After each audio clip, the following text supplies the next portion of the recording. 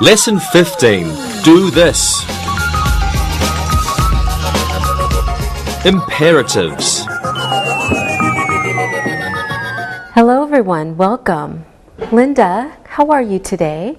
Great. Yesterday I went shopping with my mother and we bought a DVD player for my father. Oh, that sounds nice. And why did you buy a DVD player for your father? Well, this weekend is my father's birthday and he really wants a DVD player. Okay, well that would be a very nice gift. I'm sure your father will like it. Yes, but there is a problem.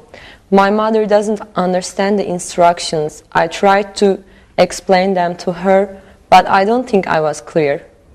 Well, that is exactly what we're going to talk about today. We're going to talk about giving instructions.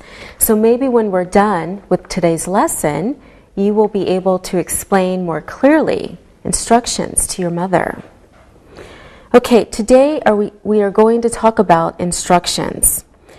When we give someone instructions, that means to tell them to do something or how to do something, we usually use short, simple verb forms. Okay, very simple words. Sylvia, can you think of any examples of this? Yes, for example, when you want us to listen, you just say listen. You don't say, would you please listen? Yes, that's correct. Alberto, what other instructions do I tell you? When you want us to answer you, sometimes you say, please tell me the answer. Yes, that's correct, Alberto. So those are both excellent examples of imperative instructions.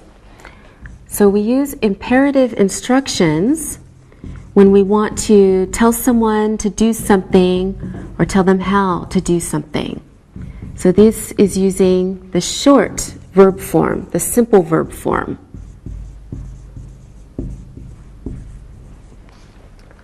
Okay, let's look at some common verbs that we use in imperative instructions. Take a look at your screen.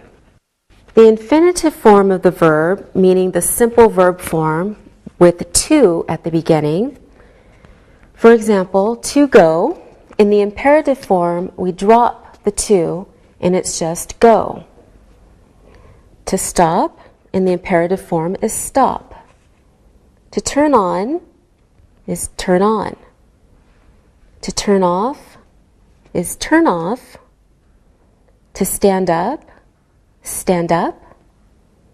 To listen, listen. To close, close. To open, open. To worry, worry. To sit, sit. To be is be. So the imperative form of the verb is the same as the infinitive form, but without the word to in the beginning. Now let's practice. Linda, how do I make a sentence with an imperative? Well, you don't have a subject and you don't change the verb. I want Alberto to stand up, so I say stand up. Good. Stand up is an imperative verb. I want Alberto and Sylvia to stand up, so I also say stand up. Okay, good.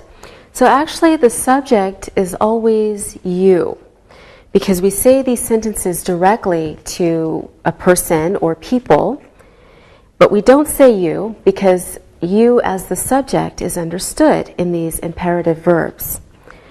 All right, for example, stand up. Alberto, can you give us another example? Yes. Close the door. Good. Close the door. All right, and Sylvia? Sit down. Good. Okay, so for these commands or imperative instructions, we can say stand up, close the door, sit down, and remember the subject is you, so one or more people. Alberto, how do we make negatives? We add the word don't in front of the verb. For example, don't sit here. Very good. So it's the same. It's an imperative instruction, but in the negative. So it's telling someone not to do something. Don't sit here. Good. Also remember that we don't change the form of the verb when we use imperatives. The verb is always the same. So we always use don't in a negative statement. Now we can add another column to our chart. Take a look at your screen. So with to go, remember our imperative form is go, but our imperative form in the negative is don't go. To stop is stop or don't stop. To turn on or don't turn on. To turn off or don't turn off. To stand up becomes stand up or don't stand up. To listen is listen or don't listen. To close, don't close. To open, don't open. To worry, don't worry. To sit is sit or don't sit. To be becomes be or don't be. Now remember, we don't use a subject when we make an imperative instruction. Also, the verb never changes form when we make a sentence with the imperative form. Now, let's talk about who uses imperatives. Sylvia, who says this sentence? Clean your room. My mother says that. Okay, good. So a mother would say, clean your room. Could be a father too. Do you clean your room when your mother or father says that, Sylvia? Yes, she will get angry if I don't. And my mother doesn't like my room to be messy. All right, very good. Alberto, what about this sentence? Open your book. Who would say this, Alberto? A teacher says that. Okay, good. Yes, a teacher could say, open your book. Okay, Linda, how about this sentence? Take care of yourself. Linda. My friends say that when we say goodbye.